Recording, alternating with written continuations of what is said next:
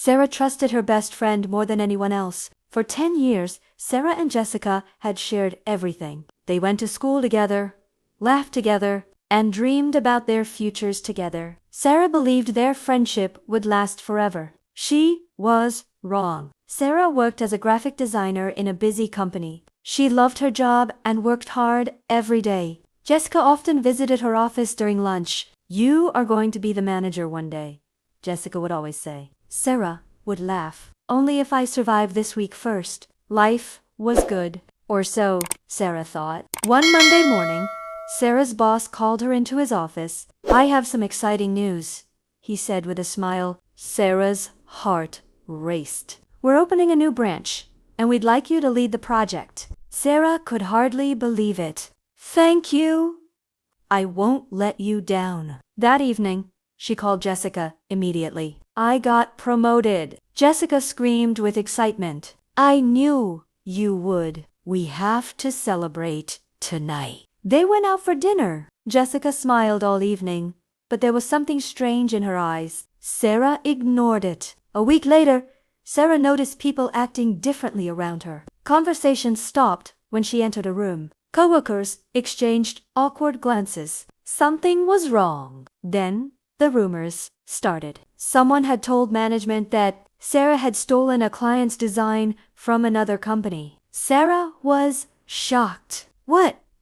That's impossible." She had never done such a thing. Her boss looked disappointed. An anonymous email included documents. Sarah felt sick. She knew she was innocent, but proving it would be difficult. For days, she tried to discover who had sent the email. Then she found out the email had been sent from Jessica's laptop. Sarah stared at the evidence, unable to breathe. Her best friend, the person she trusted most. That evening, Sarah went straight to Jessica's apartment. Jessica opened the door and froze. "You?" she whispered. Sarah held up the printed email. "Why?" Jessica looked away. For a moment, she said nothing. Then tears filled her eyes. "I was jealous." Sarah laughed bitterly. "Jealous? You had everything. The career, the confidence, the respect. Everyone admired you." Jessica's voice shook. "I felt invisible standing next to you." Sarah could hardly recognize the woman in front of her. "So you tried to destroy me?" Jessica lowered her head. "I didn't think it would go this far." Sarah's eyes burned with tears. Betrayal always goes too far. Jessica reached for a hand. Sarah stepped back. "No." Their friendship ended that night. The company investigated the accusation thoroughly. Soon, they discovered Sarah was completely innocent. The fake evidence had been created by Jessica. Jessica lost her own job. Sarah was offered an apology and an even bigger promotion, but success did not erase the pain. For months, Sarah struggled to trust people again. Then one day, her grandmother gave her simple advice. "Sometimes betrayal doesn't break you. It reveals who deserves to stay in your life." Sarah never forgot those words. A year later, Sarah was leading a successful team. She had new friends, new goals, and a stronger heart. One afternoon, she saw Jessica at a coffee shop. Jessica looked older. Sada! Their eyes met. Jessica walked over slowly. "I'm sorry," she said. Sarah studied her carefully. No, can you forgive me?" Sarah thought for a moment. Then she smiled softly. "I forgive you. But forgiveness doesn't always mean a second chance." Jessica nodded, tears filling her eyes. "I understand." As Sarah walked away, she felt lighter. Betrayal had taught her an important lesson. Not everyone who walks beside you is walking with you. Some people are only watching, waiting for you to fall. But true strength comes from rising anyway. And Sarah did. She rose higher than ever before.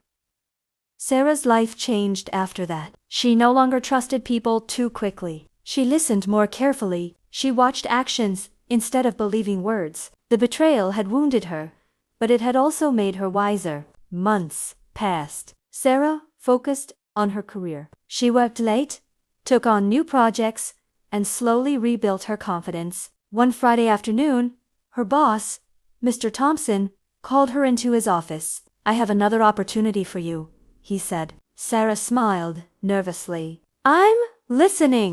"We're sending someone to represent the company at an international design conference in New York City. We'd like that someone to be you." Sarah's eyes widened. "Me?" Mr. Thompson nodded. "You've earned it." Sarah accepted immediately. It would be her first trip abroad. Excitement quickly replaced her nervousness. A week later, Sarah boarded a plane, holding her passport tightly. As the plane took off, she looked out the window and whispered, "This is my new beginning." The conference was incredible. Designers from around the world shared ideas, techniques, and inspiration. Sarah felt alive. On the second day, she attended a workshop on branding strategy. That was where she met Ethan. He was a marketing consultant from Chicago. He was intelligent, funny, and surprisingly easy to talk to. "You ask excellent questions," Ethan said after the session. Sarah laughed. "I ask too many questions." "That's impossible." They spent the rest of the afternoon discussing design, business, and life. For the first time in a long while, Sarah felt completely comfortable. No masks, no fears, just genuine connection. Over the next few days, they explored the city together. They walked through Central Park, visited museums, and talked for hours. One evening, while sitting beside the river, Ethan asked quietly, "Who hurt you?" Sarah looked surprised. "What makes you think someone did? The way you hesitate before trusting." She smiled sadly. "Long story?" "I like stories." So Sarah told him everything. About Jessica, about the betrayal, about losing trust. Ethan listened without interrupting.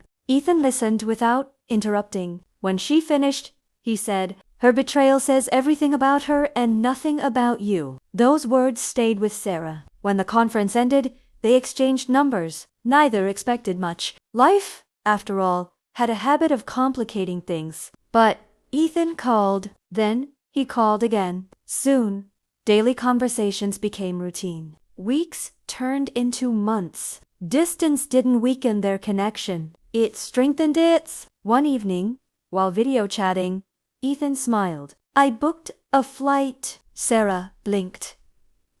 "To where?" "To see you." "When?" "Tomorrow." Sarah laughed.